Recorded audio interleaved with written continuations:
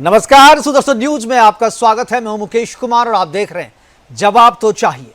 जवाब तो चाहिए में आज हम बात करेंगे बिहार में महागठबंधन में लालू इफेक्ट की। महागठबंधन में लालू ने जता दिया है कि बात यदि बिहार की है तो हर बात लालू से शुरू होकर के लालू पे ही खत्म होगी। सीटें चाहे कांग्रेस को देनी हो या लेफ्ट को देनी हो या किसी और को, लालू जी केवल किसे कितनी सीटें मिलेंगी यही तय नहीं करते, बल्कि वो यह भी तय करते हैं कि कौन सी सीटें किसे मिलेगी और कहां से, उम्मीदवार कौन होगा। मतलब यह कि कांग्रेस और लेफ्ट दोनों की सीटों पर प्रत्याशियों की घोषणा भी या प्रत्याशियों का चयन भी लालू यादव की सहमति से ही होती है। बिहार में महागठबंधन का मतलब है लालू प्रसाद यादव। पप्पू यादव को भी इस बात का अंदाजा तो था, लेकिन वो आश्वस्त थे कि लालू जी के दरबार में मत्था टेक लेने के बाद सब कुछ ठीक हो जाएगा। सीटों के बंटवारे के एक सप्ताह पहले पप्पू यादव ने अपनी पार्टी का कांग्रेस में विलय कर लिया और फिर पार्टी में एंट्री कर ली। कांग्रेस के दिल्ली दरबार में जाने से पहले उन्होंने लालू दरबार में मत्था टेका।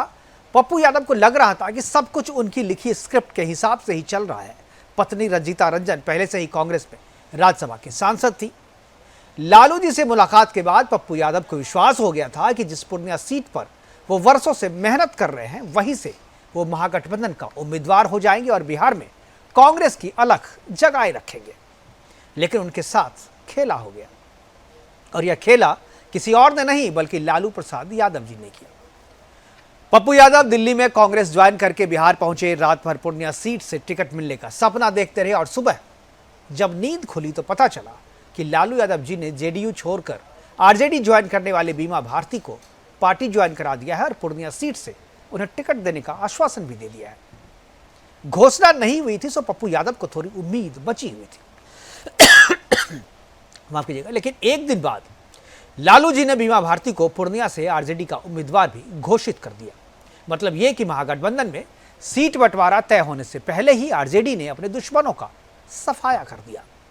सफाया केवल पप्पू यादव का नहीं हुआ बल्कि कन्हैया का भी हुआ। 2019 में कन्हैया ने सीपीआई के टिकट पर बेगूसराय से चुनावी ताल ठोकी थी, लेकिन बीजेपी के गिरिराज सिंह के हाथों जबरदस्त शिकस्त खाई थी। कन्हैया के लिए कांग्रेस बेगूसराय की सीट लालू यादव से मांग सकती थी, लेकिन लालू यादव को यह मंजूर नहीं था कि उनके पुत्र तेजस्वी के सामने बिहार में कोई दूसरा युवा उन्हें चुनौती पेश करे। सो उन्होंने उस संभावना को भी जड़ से ही समाप्त कर दिया।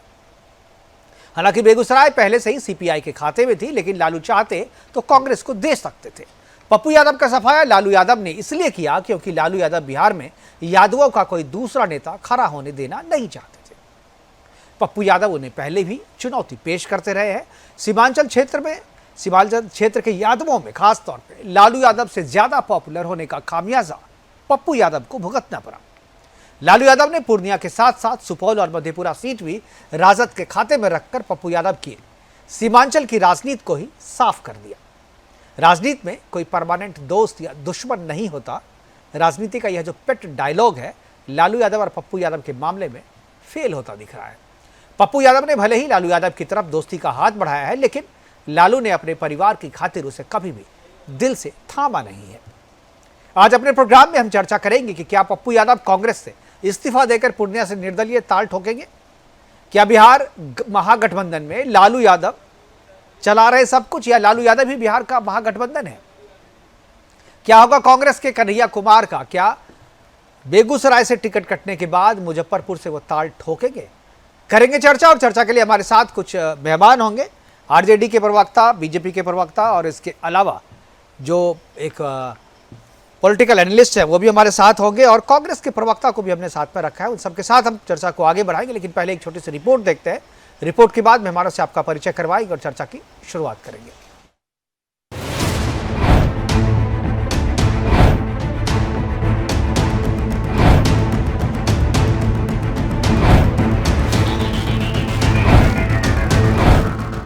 लोकसभा चुनाव के लिए पहले चरण की वोटिंग 19 अप्रैल को होगी, जिसके लिए 27 मार्च को नामांकन की प्रक्रिया पूरी कर ली गई। लेकिन बिहार में महागठबंधन में सीट शेयरिंग को लेकर फंसा पेच सुलझने के बजाय अब अनसुलझी पहेली बन गया है। सीट बंटवारे की रणनीति में लालू प्रसाद यादव और तेजस्वी यादव ने खेला कर दिया।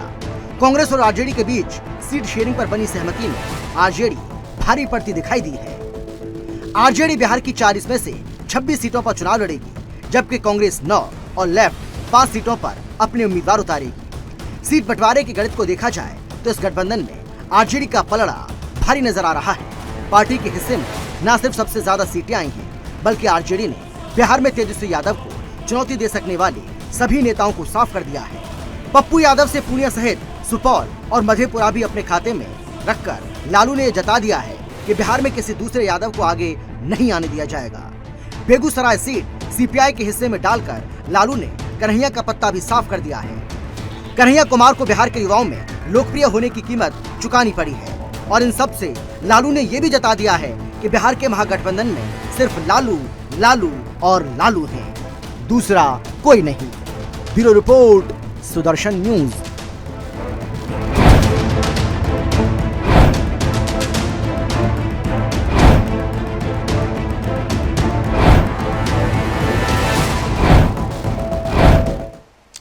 तो बिहार के महागठबंधन में सिर्फ लालू, लालू और लालू हैं और जो भी फैसला होता है वो सिर्फ लालू ही करते हैं, ना ही इसमें कांग्रेस का कोई हाथ है और ना ही किसी सीपीआई सीपीएम का।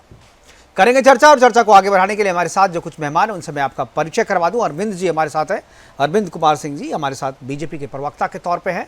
इसके अलावा सैफ अली है आरजेडी के प्रवक्ता के तौर पे, और अविनाश सिंह राजनीतिक विशेषज्ञ के तौर पर, और इंजीनियर कमलेश जी है कांग्रेस प्रवक्ता के तौर पे। सभी मेहमानों का स्वागत है और चर्चा की शुरुआत जो है मैं सैफ अली जी से ही करना चाहूँगा। सैफ अली जी, जो फैसला हुआ है, जो आज सीटों का बंटवारा हुआ है, बंटवारा तो ठीक है, आरजेडी ने अपने हिसाब से किया है, सबसे ज़्यादा सीटें जो है वो गठबंधन में अपने पास रखी है और रखनी भी चाहिए क्योंकि सबसे बड़ी पार्टी बिहार में वही है। लेकिन पप्पू यादव के साथ जो ये खेला हो गया है उसके पीछे क्या है? क्या आरजेडी बिहार में किसी भी दूसरे यादव को पनपने देना नहीं चाहती? ऐसा कुछ नहीं है। बीमा भारती जी को पहले ही जब विश्वास मत के दौरान जब वो कहीं ना कहीं उनके पति के साथ जाति भाजपा के लोगों ने और नीतीश कुमार के लोगों ने की, उनके पति और उनके बेटे को एक लीगल आर्म्स को इलीगल बता के अरेस्ट किया गया, तब से ही लालू यादव जी ने कहा था कि तुम गंगोता बिरादरी से आती हो और तुम पूर्णिया के में कई बार कभी आरजेडी से विधायक रही, जदयू से भी दो तीन बार विधायक रही हैं, और अवधेश मंडल जी का एक बहुत अच्छा पकड़ है पूर्णिया जिला के अंदर, जिसको हम ये कह सकते हैं कि वो अच्छी तरह से चुनाव, पप्पू यादव जी पूर्णिया में कई बार चुनाव हार भी चुके हैं, इसलिए उनको दाव लगाना हमने उचित नहीं समझा हमारी पार्टी ने। और बीमा भारती ने कुछ न कुछ सैक्रिफाई किया था एनडीए से बगावत करके, उनको इसका इनाम हम लोगों ने दिया है, वो सिंबल लेके वो घूम रही हैं और उम्मीद है कि पप्पू यादव जी उनको मदद करेंगे अगर वो सही में भाजपा के और एनडीए के विरोधी है। मतलब केवल पूर्णिया की बात नहीं है सैफ अली साहब, आपने पूर्णिया के साथ सुपौल भी रख लिया, मधेपुरा भी रख लिया, जहाँ जहाँ से पप्पू यादव खड़े हो सकते थे उन सारी जगहों पे आपने अपना कब्जा कर लिया, उन्हें अपने खाते में कर लिया। इसीलिए ये सवाल पूछा जा रहा है कि क्या दूसरे यादव पॉलिटिक्स में आगे बढ़े, ये आपको मंजूर नहीं है। अरविंद कुमार जी हमारे साथ हैं, बीजेपी के प्रवक्ता हैं। अरविंद जी, क्या आपको लगता है ये जो सीट बंटवारा हुआ है उस पर हम ज़्यादा बात नहीं करेंगे, वो हर एक पार्टी और गठबंधन का अंदरूनी मामला होता है, लेकिन जिस तरीके से मैसेज देने की कोशिश की गई है उस पर आप क्या कहेंगे? क्या लालू यादव अपने सामने किसी दूसरे यादव नेता को पनपने नहीं देना चाहते? तेजस्वी यादव को सेव करने के लिए जो है कोई भी युवा नेता को आगे आने नहीं देना चाहते? मुकेश जी, इसके पहले भी कांग्रेस के समय एक था बिहार में, राम लखन सिंह यादव थे, एक क्षेत्र कांग्रेस के नेता हुआ करते थे। राम लखन यादव को हटने के बाद लालू जी यादवों के नेता बने। आपको याद होगा शरद यादव बिहार में एंट्री हुई थी, तो शरद यादव एक बड़ा लोकप्रिय नेता थे एंड वो मधेपुरा से चुनाव जीते भी थे, सांसद भी रहे थे, बड़ा कद्दा राष्ट्रीय स्तर के नेता थे, और उनको भी लालू जी ने और नीतीश जी ने या बिहार की राजनीति से उनको भी बाद में हटा दिया गया। तो निश्चित तौर से लालू जी चाहते हैं कि मैं रहूं, मेरे बाद मेरी पत्नी रहे, उसके बाद मेरे बेटा और बेटी रहे, इसके अलावा किसी यादवों पर उनको विश्वास नहीं। क्योंकि देखिए, वो इसमें कोई शक नहीं, वो विकास की राजनीति नहीं करते हैं, एक जो शांति में वातावरण हो, एक अच्छा, उसकी राजनीति नहीं करते, वो जात की राजनीति करते हैं। और जात में क्योंकि यादवों की संख्या अधिक है और मुस्लिम तुष्टीकरण की राजनीति होती है, मुस्लिम तुष्टीकरण की राजनीति और MOI की राजनीति करके वो राजनीति में आए और एक जातीय उन्माद फैलाकर उन्होंने बिहार में अभी तक सत्ता संपोषित किया है। अभी उन्हें दिक्कत हो रही है। अब दिक्कत क्या हो रही है कि यादवों के अंदर भी ये समझ में आ गई है कि लालू यादव का मतलब है लालू परिवार, यादव नहीं है।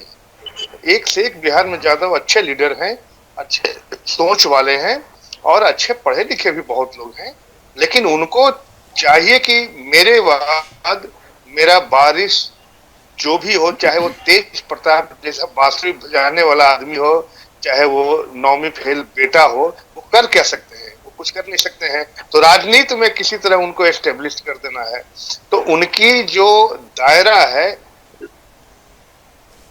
बिल्कुल लगता है आप नेटवर्क में कुछ प्रॉब्लम है अरविंद जी, आपकी आवाज़ जो है फ्रीज हो रही है बार बार। मैं इंजीनियर कमलेश जी के पास एक बार जाना चाहूँगा। कमलेश जी, नंबर आवाज़ मिल रही है आपको? हाँ, मिल रही है जी कमलेश जी, आपके साथ भी आप इसे छल कहेंगे या यूं कहेंगे कि नहीं ये सब ठीक चलता है, जो लालू जी कह रहे हैं वो ठीक है? क्योंकि आप बेगूसराय सीट मांग रहे थे, आपको बेगूसराय में रखा, अब कन्हैया को आप कहाँ सेट करेंगे या इस बार चुनाव नहीं लड़वाएंगे आप लोग? हालांकि भागलपुर दे करके आप पे थोड़ा एहसान जरूर किया है लालू जी ने। जी मुकेश जी, जहाँ तक कांग्रेस पार्टी का लड़ने का सवाल है, जिसमें कहीं से आपको गठबंधन में जो भी निर्णय लिया जाता है वो तो मिल बैठ के ही लेते हैं, शीर्ष नेतृत्व लेते हैं। और यहाँ पे बिहार में आरजेडी जो है वो बड़े भाई की भूमिका में है, तो कहीं ना कहीं बड़े भाई का बात मानना भी पार्टी का जो है या फिर छोटे भाई का कर्तव्य होता है।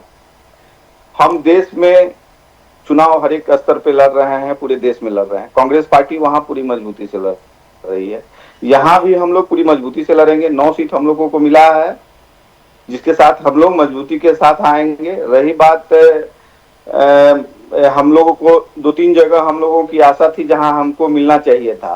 पूर्णिया हो गया, एक आपको बेगूसराय हो गया, तीसरा आपको ये औरंगाबाद हो गया। हम लोग चाह रहे थे कि यहाँ से हम लोगों को मिले, हमारे नेता यहाँ पे मजबूती से लड़ सकते थे, लेकिन उनको जिस कारण से रखा गया या नहीं रखा गया। कमलेश जी, आपकी आवाज़ नहीं आ रही है, लगता कुछ आपका भी नेटवर्क जो है वो नेटवर्क खराब हो रहा है। मैं अविनाश जी के पास जाना चाहूँगा। अविनाश जी, मैं आपसे समझना चाहूँगा, ये जो गठबंधन में जिस तरीके से सीटों का बंटवारा हुआ है, मतलब मनमानी की गई है, जिस तरीके से लालू यादव जी ने मनमानी किया है, जिसको चाह दिया है, जिसको चाह नहीं दिया। प्रत्याशी कौन होगा? लोग तो ये भी कह रहे थे कि अब कांग्रेस का प्रत्याशी भी जो है वो लालू यादव ही तय करेंगे, CPI का जो प्रत्याशी है वो भी लालू यादव ही तय करेंगे। मतलब महागठबंधन का मतलब लालू प्रसाद यादव। क्या कहेंगे अविनाश जी? अविनाश जी की आवाज आ रही है आपको? आपको मेरी जी आ रही है जी। जी मुकेश जी नमस्कार, आपके सारे पैनलिस्ट को जय श्री राम, देश को जय श्री राम। जय श्री राम। बहुत अच्छा लग रहा है बिहार में। मैं वहीं से आपसे जुड़ा हुआ हूँ और सुदर्शन को पुनः मैं धन्यवाद देता हूँ मुझे अपॉर्चुनिटी देने के लिए। हर तरह की बातें हो रही है, हर तरह का काम हो रहा है और सही में इलेक्शन का ये महापर्व है। कल मैं नवादा विवेक ठाकुर के नॉमिनेशन में था, तो वहां की भी ग्राउंड बता सकता हूँ। पर पहले मैं आपके सवाल पे आता हूँ। देखिए, और मैं एक अजीब से तर्क से जोड़ने की कोशिश करता हूँ। झारखंड में बहुत सारा कैश पकड़ा गया, बहुत सारा, वो मशीनें जल गई, फूक गई, 3 दिन तक काउंटिंग होता रहा। कांग्रेस के कोई नेता थे, उससे पहले भी वहां पे कई IAS लोग पकड़े गए। हाँ जी, तो वहां के CM जेल चले गए। अब वहां के CM जब जेल चले गए तो अगले CM जो जेल जाने वाले थे वो चीखने लगे। अब वो जेल चले गए केजरीवाल। अब जब दोनों जेल चले गए तो जेल में जो क्रिमिनल था अंसारी वो मर गया। तो अब वहां पे एक अजीब सी स्थिति बन गई है जो जेल में जो नेता है। तो आप ये समझिए कि लालू यादव भी एक सजा याफ्ता कैदी है और बराबर उनको भी जेल जाने से डर लग रहा है। तो बिहार में एक तरह की जो बात चली हुई है कि लालू यादव और उनके बेटे इतने डरे हुए हैं कि वो कई चीजों को कंट्रोल करने की कोशिश कर रहे हैं और मूलतः गठबंधन चाहे जो भी दिखा ले। आज देखिए 2 मिनट का अब्दुल बारी सिद्दीकी ने केवल प्रेस कॉन्फ्रेंस किया है। जो भी दिखा ले, गठबंधन ये लड़ाई से अपने आप को बाहर कर चुकी है, क्योंकि ये तय कर लेना कि ये सीट हमारी है और जनता पे भरोसा नहीं रखना, ये अपने हार को स्वीकारता देता है। मैं कुछ ज्यादा पॉलिटिक्स तो नहीं जानता हूँ, पर इतना जानता हूँ कि पप्पू यादव जिस सीट से अपने आप को नॉमिनेट कर रहे थे, नॉमिनेशन भर रहे थे, जीतना चाहते थे, वो जीत सकते थे वो, पर कांग्रेस को वो सीट नहीं मिली। अब क्यों नहीं मिली ये लालू यादव बताएंगे। लालू यादव ये बैटल को अपनी आखिरी बैटल भी मान रहे हैं, पर एमपी का इलेक्शन वो नहीं लड़ रहे हैं, वो एमएलए का इलेक्शन लड़ रहे हैं, और कोई भी ऐसा वो कृत्य नहीं करेंगे जिसमें उनका बेटा जो ऑलरेडी पहले से कमजोर है वो और कमजोर हो जाए। कन्हैया कुमार एक पढ़ा लिखा व्यक्ति है, चाहे उसके पीछे एक लेगेसी है देश तोड़ने वाली, पर वो पढ़ा लिखा व्यक्ति है। जो चिराग पासवान है वो इनके काबू में आई नहीं है, रिझाते रहे पर वो उनके काबू में नहीं है, अमित शाह पहले खींच के लेके चले गए। और इस तरह के जो भी युवा नेता है जहां भी, वहां पे आप नहीं देखेंगे इनको इन्वेस्ट करते हुए।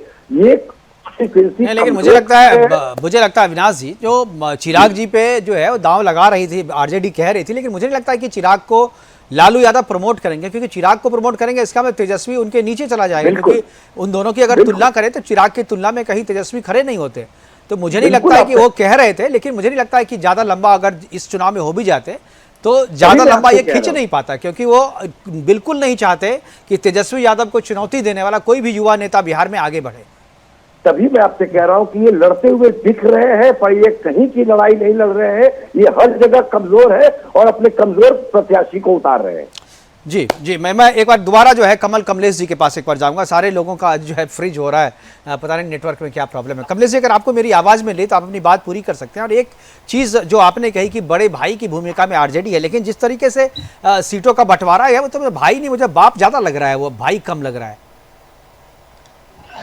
जी मुकेश जी, मैं कह रहा था यहाँ लालू जी बड़े भाई की भूमिका में है, लेकिन देश में कांग्रेस पार्टी अपना हर जगह अपना जो है असर छोड़ेगी आने वाले चुनाव में।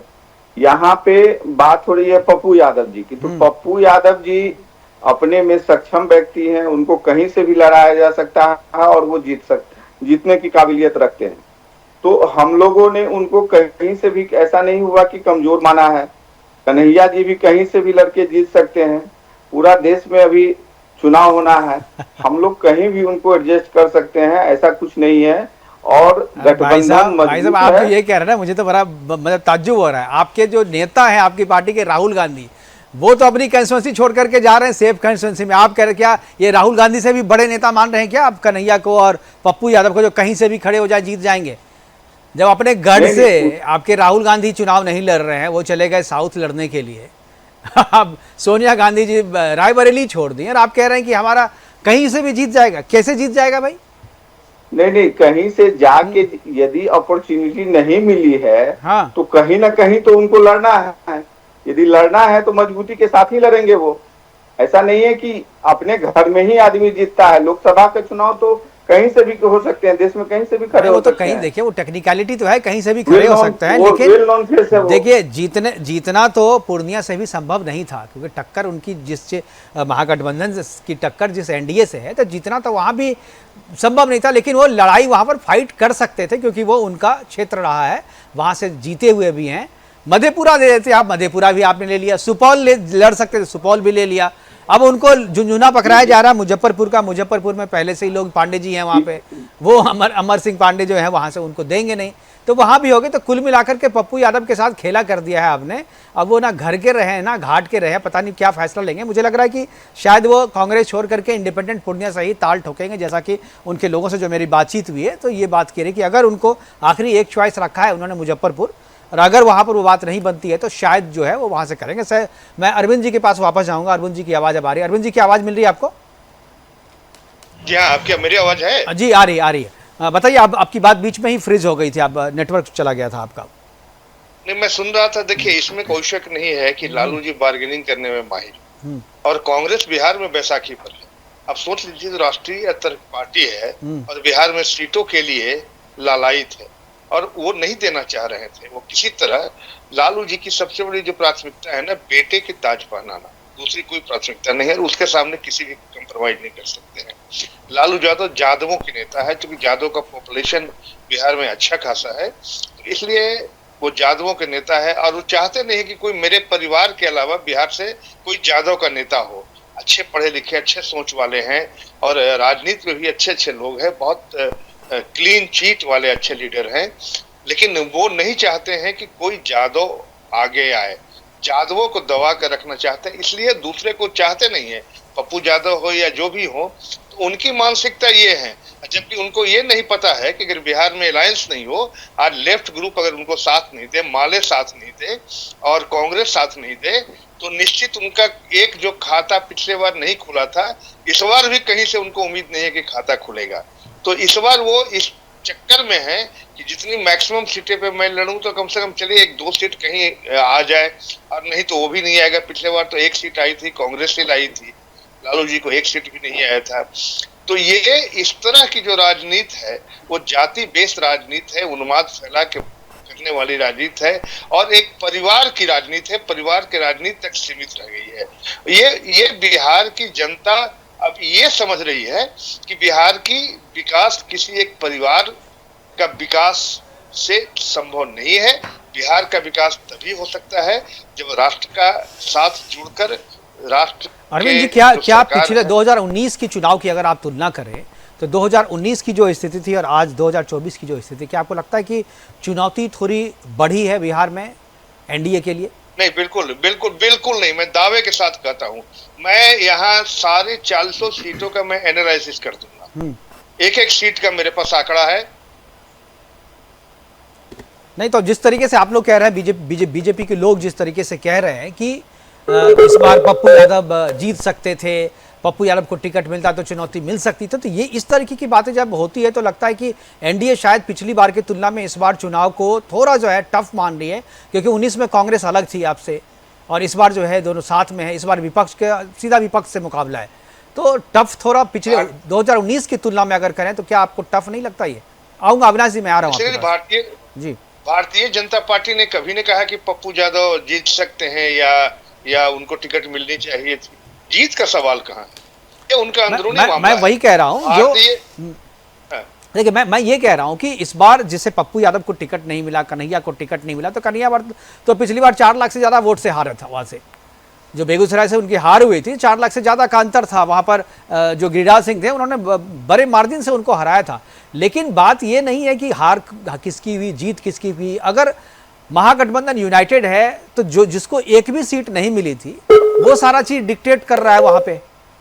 तो इस बात की है कि महागठबंधन का लीडर कौन है। महागठबंधन का नेचुरली बिहार में लीडर जो है वो लालू प्रसाद यादव है, क्योंकि वहां पर उनको सबसे ज्यादा विधायकों की संख्या है उनकी, और वही सब चीज डिक्टेट कर रहे हैं।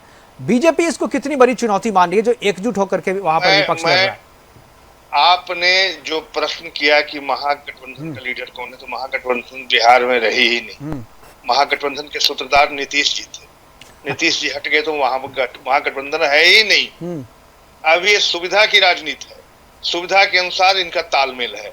तालमेल क्या है कि अपने परिवार को एस्टेब्लिश करना और दूसरे को नीचा दिखाना, इसलिए गठबंधन है नहीं। आप देखें सीटों के बंटवारे में, देखिए सीटों के बंटवारे में सिंबल पहले ही लालू यादव ने अपने लोगों को सिंबल दे दिया, सीट का बंटवारा हुआ नहीं। तो गठबंधन शब्द तो कहना ही बेमानी है। गठबंधन तब हमारे यहाँ देखिए, भारतीय जनता पार्टी अलायंस सारे लोगों ने एक साथ मिलकर सारे सीटों की घोषणा करते कि कौन कितने सीट पे लड़ेगा, तो ये गठबंधन तो इसे न कहते हैं। यह गठबंधन के पहले कोई एक आपका गाइडलाइन हो या कोई मसौदा हो जिस मुद्दे पर आप चुनाव लड़ना चाहते हैं। उनका क्या मुद्दा है? भारतीय जनता पार्टी को हराना, इसके सिवा कोई मुद्दा नहीं है। न राष्ट्र विकास का है, न क्राइम कंट्रोल का है, कैसे देश का विकास हो, कैसे रोजगार के अवसर सृजन हो।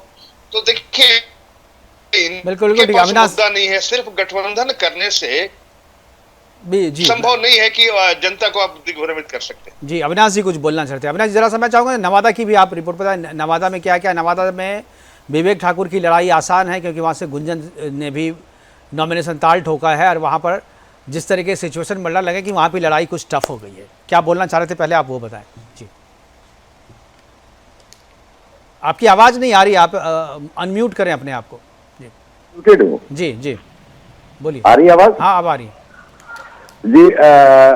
एक तो सबसे बड़ी बात है कि जो एनडीए की जो लड़ाई है, जो आपने बहुत अच्छा कहा कि एनडीए एकजुट होकर के जो सामने आती है, सबसे पहला बात ये कह सकता हूं कि एनडीए का मंच बिल्कुल सजा हुआ था मुकेश जी।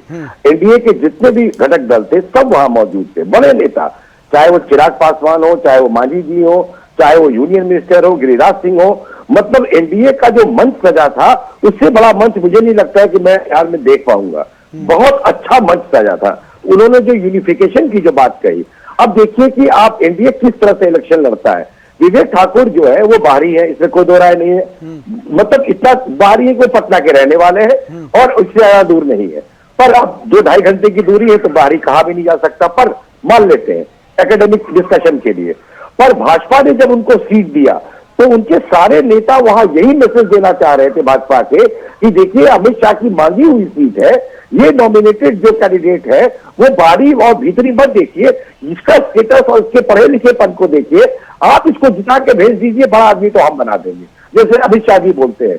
तो एक यूनिफिकेशन दिखा, एक लोगों में मोटिवेशन दिखा, और भाजपा का सीट ले लेना ही विवेक ठाकुर के लिए इतनी बड़ी जीत लग रही है जनता के बीच में कि वो अपना कंधा से कंधा इनके साथ मिलाने को तैयार है, क्योंकि एक मजबूत नेता की तरह उभरे हैं। नवादा की बात अगर करूं तो, मगर एनडीए अगर मैं बोल रहा हूं तो मैं जदयू खास करके बोल रहा हूं, जदयू में भी भीतर घात लड़ाई है। कई ऐसी सीट है जहां, जैसे कि जहानाबाद, जहां पे रघुवंशी जी को रिपीट किया गया है, वहां बहुत रोष है। मैं आपको मतलब जमीनी बात बता रहा हूं, वहां पे कोई जाट का ही नेता है, भूमियार के नेता है, और जो बहुल्य भूमियार बहुल्य एक जमाने में सीट मानी जाती थी और वहां से भूमियार जीतते थे, तो वो एक तरह का एक अंदर में विद्रोह भी दिखता है। पर ऐसा मुझे लगता है कि मोदी जी का जो लहर है और राम का जो लहर है, तो कहीं ना कहीं इन सब चीजों को दबाता हुआ एक यूनिफाइंग फोर्स लग रहा है। और आप देखिए प्रभु की विडंबना क्या है कि जो पहला डेट है पोलिंग का 19 तारीख, 17 तारीख को रामनवमी है।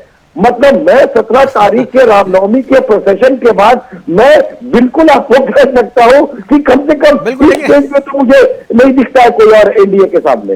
बिल्कुल। एक चीज मैं सैफ अली जी के पास जाऊंगा। सैफ साहब, जीतने वाली जो पार्टी होती है उसमें मारामारी होती है टिकट लेने में, तो समझ में आता है। यहाँ हारने वाले गठबंधन में मारामारी हो रहा है गठबंधन में।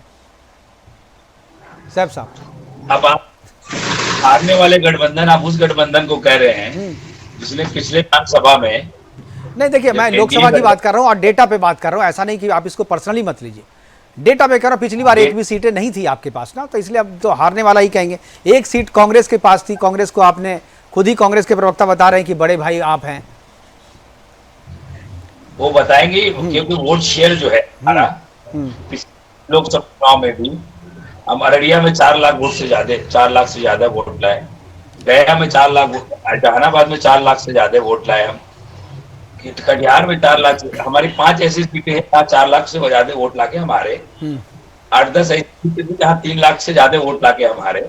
कारण ये था कि एक फर्जी सर्जिकल स्ट्राइक, मैं आज भी दावे के साथ कह रहा हूँ, इंटरनेशनल मीडिया की रिपोर्टें हैं, एक फर्जी स्ट्राइक को मीडिया ने ऐसे ढंग से बताया, न रक्षा मंत्री के प्रवक्ता ने इसको कभी उसको बोला, ना ही विदेश मंत्रालय के प्रवक्ता ने कभी बोला कि सर्जिकल स्ट्राइक कहां पर किस प्लेस पे हुआ। और आज तो रिपोर्टें आ रही है कि वो सर्जिकल स्ट्राइक जो हुआ वो ऐसी जगह हुआ जहां कहीं में कुछ परिंदे चरिंदे और दरख्त जाए हुए। इंटरनेशनल मीडिया की रिपोर्ट है, पाकिस्तान की मीडिया है, हिंदुस्तान की मीडिया की रिपोर्ट नहीं है। उसका असर ऐसा हुआ कि हिंदी भाषी क्षेत्र में उत्तर प्रदेश छोड़ भारतीय जनता पार्टी, मध्य प्रदेश में भी सिर्फ एक ही सीट हारी, राजस्थान में भी सिर्फ सीट हारी, गुजरात में तो कोई सीट ही नहीं हारी, बिहार में भी एक ही सीट हारी। लेकिन जब लोगों को उसकी असलियत पता चली, ये तो सर्जिकल स्ट्राइक पूरी तरह फर्जी था, तो विधानसभा के चुनाव में भाजपा का वोट परसेंटेज था, सीटें उसकी कहीं ना कहीं बची रह गई, अलग बात है, वो सीटों पे मैं बहुत नहीं कहना चाहता, सरकार बन गई किसी तरह के रूप की। लेकिन इस बार जो है माहौल पूरी तरह, मतलब ये कह रहे हैं जी कि सर्जिकल स्ट्राइक के कारण जो है पिछली बार जीत मिली थी, इस बार नहीं मिलेगी। तो बाकी जो विधानसभा की बात करें तो बाकी राज्यों की भी बात करें ना, सर्जिकल स्ट्राइक के बाद तो अभी भी 3-3, 4-4 स्टेट में जो चुनाव हुए हैं तो वो तो बीजेपी के पक्ष में गया है। बीजेपी के पक्ष में गया, लेकिन वोट शेयर आप देखिए ना, लोकसभा का आपने वोट शेयर देखिए आप। नहीं, लोकसभा का तो अभी उसके बाद हुआ नहीं है ना।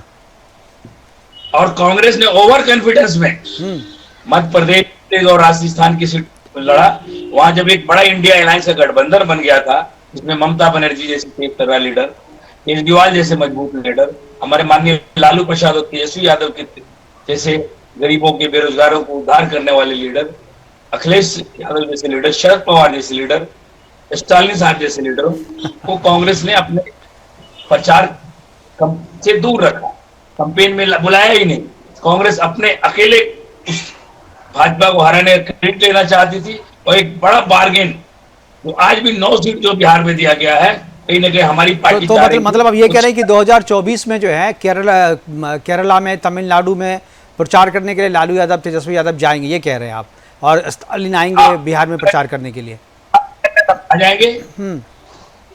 बड़ा फर्क अखिलेश यादव भी जाएंगे, ममता जी भी जाएंगी। अच्छा, बहुत अच्छा भाई। अरविंद जी बताइए, बहुत चुनौती है इस बार तो आपको, स्टालिन आकर के बिहार में प्रचार करेंगे तब तो आप तो खल्लास हो जाएंगे। अरविंद जी आपकी आवाज नहीं आ रही, आपकी आवाज अनम्यूट करें आप जी। मैं कह रहा हूँ कि चुनौती के रूप में तो हम ले ही नहीं रहे हैं। देखिए, ये हमारा अहंकार नहीं है, ये हमारा विश्वास है कि मोदी जी ने जो काम किया है, जहाँ 2 एम्स था 23 एम्स हो गया, आईटी कितने बढ़ गए, और फॉरेन रिलेशन हमारे क्या है, तो बहुत सारी काम हुई है। और दूसरी चीज है कि जनता के बीच हम 5 साल रहे हैं, 5 साल जनता के बीच रहे हैं, और जनता के लिए काम गए हैं। अंत्योदय हमारा है कि अंतिम व्यक्ति का उदय हो, इस पर हम काम कर रहे हैं। और जनता जान चुकी है कि जितने भी गठबंधन आए हैं किस लिए एक साथ हुए हैं। अब इन्होंने कहा कि एक दूसरे के लिए प्रचार नहीं कर सकते हैं, एक दूसरे की बात सुन नहीं सकते हैं, तो सबका एक मोटो जब नहीं है तो देश का क्या कर सकते हैं। अगर एक साथ जीत भी जाएंगे, बन भी जाएंगे, तो फिर वही हाल हो जाएगी, ढाक के 3 पात।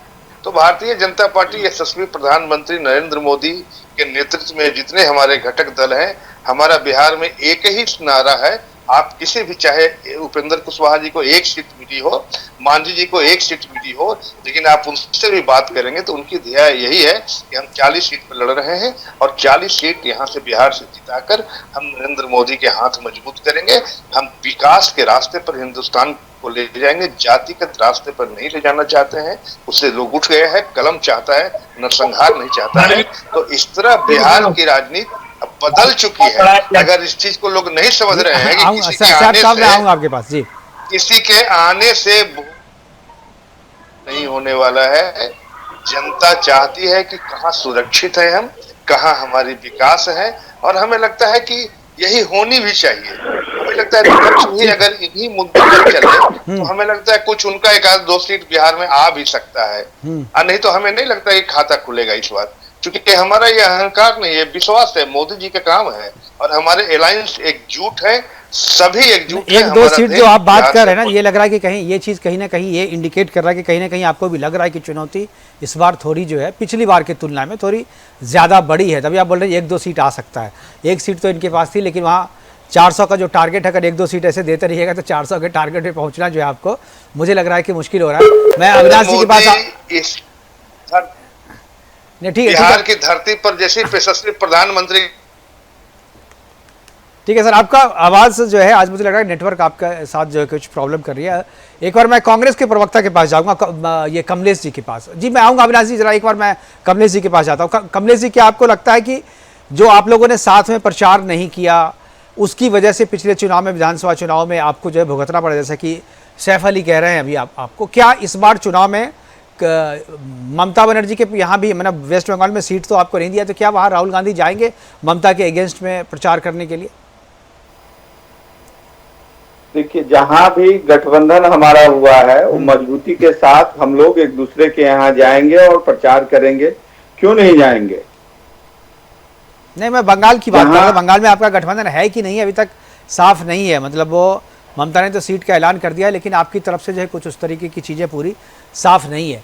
तो क्या बंगाल में स्थिति साफ हुई है? बंगाल में राहुल गांधी जाएंगे प्रचार करने के लिए? नहीं, बिल्कुल जाएंगे, क्यों नहीं जाएंगे? वहां भी हम लड़ रहेंगे। सीट दिए नहीं दिए उससे क्या मतलब है? हमारा जहाँ कैंडिडेट होगा वहां तो ममता का प्रचार करेंगे कि नहीं, मैं ये कह रहा हूँ। सीट नहीं दी है, अभी संभावना है जो कुछ हो सकता है ना, कि फर्स्ट फेज का चुनाव तो निकल गया, नॉमिनेशन का डेट भी, लेकिन सेकंड थर्ड फेज के लिए आप प्रत्याशी कर सकते हैं।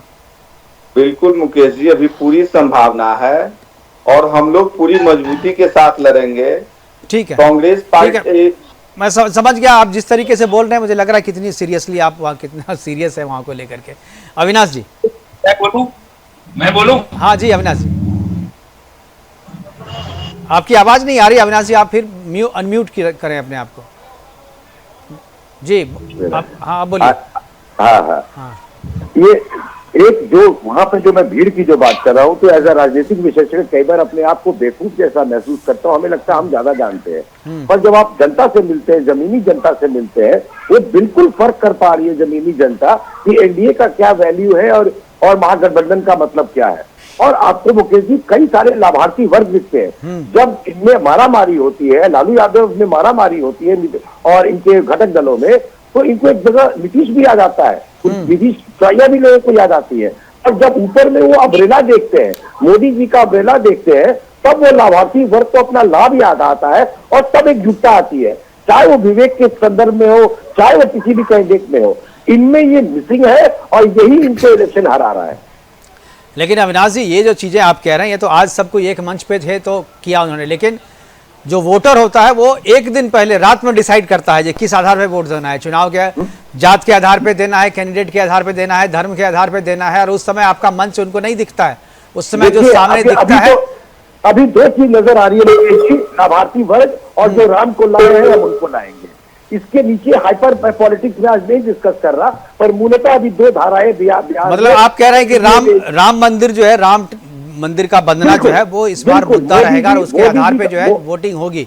और खासतौर पे नवादा में होगी, क्योंकि रामनवमी के जस्ट बाद जो है वो आप कह रहे हैं सैफ साहब, अगर ये राम मंदिर मुद्दा बना तो महागठबंधन के लिए स्थिति कैसी रहेगी?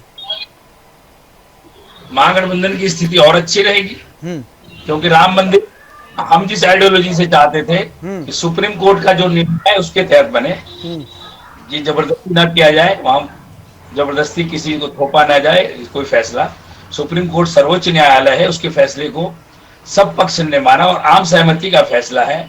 ये इकबाल अंसारी ने भी एफिडेविट दिया कि हम उस दावे को छोड़ते हैं। सुन्नी वक्फ बोर्ड के जफर फारूकी साहब ने वहां पे स्टेटमेंट लिख के दिया कि मैं बाबरी मस्जिद के दावे से वापस होता हूं। ये मैसेज हम देश में लेके जाएंगे कि मुसलमानों ने किस तरह सौहार्दपूर्ण माहौल में राम मंदिर को बनने दिया और सुप्रीम कोर्ट के आदेश से ये राम मंदिर बना। और भाजपा नरेंद्र मोदी जी को इसका क्रेडिट देना कीजिए, सनातन के दुश्मन के बारे में खंडन कीजिए टीवी पे। इंडिया अलायंस ने करीब सिर्फ 400 सीटों पे अपना एक उम्मीदवार देने का, राहुल गांधी का खंडन कीजिए। हम कहीं अविनाश जी आवाज क्लियर नहीं हो रही, मैं आऊंगा तब बोलिएगा जी। चलिए, हमारे पास समय की भी कमी है, वाइंड अप करने का ये हो रहा है। लेकिन क्या आप लोग राम मंदिर का जो उद्घाटन था उसमें आप लोग नहीं गए, कोई भी विपक्ष का नेता नहीं गया, ये क्यों? मंदिर अगर सबका है, अगर सहमति से बनी है तो आप लोग को भी जाना चाहिए था, बुलावा था। हमारे मिनिस्टर गए, हमारे कर्नाटक से कई मिनिस्टर गए, बिहार से न नीतीश कुमार गए, ना हम गए। नीतीश कुमार भी तो नहीं गए थे। और अडवाणी जी जिन्होंने राम मंदिर आंदोलन में एक लंबा समय दिया, उनको नहीं बुलाया गया। चलिए ठीक है, इस पर आप बहस करेंगे तो बहुत लंबी हो जाएगी और जो हम चर्चा कर रहे थे वो चर्चा भी डिरेल हो जाएगी, इसलिए उस पर हम नहीं जाएंगे। फिलहाल अभी इस चर्चा में भाग लेने के लिए सैफ अली जी आपका, अविनाश जी आपका, अरविंद जी आपका और कमलेश जी आपका बहुत बहुत धन्यवाद। आप जुड़े और अपनी बातें साझा की। लेकिन महागठबंधन में सीट बंटवारे को लेकर के जो मैसेज गया है खासतौर पर पप्पू यादव और कन्हैया के लिए, ये मैसेज बड़ा खराब है। और ये मैसेज है कि महागठबंधन में जो भी होगा वो लालू के बिना नहीं होगा और लालू ही ये तय करेंगे कि सीटें किसको कहाँ मिलेगी, कौन सी मिलेगी, ये तय कर दिया। लेकिन अब प्रत्याशी का चयन जो है वो भी, यानी कांग्रेस का प्रत्याशी कौन होगा, सीपीआई सीपीएम का प्रत्याशी कौन होगा, ये भी लालू यादव ही तय करेंगे। यानी इस बार जो है महागठबंधन का मुकाबला बीजेपी से नहीं बल्कि लालू और बीजेपी की लड़ाई है ये। फिलहाल अभी के लिए इतना ही, दीजिए इजाजत, नमस्कार।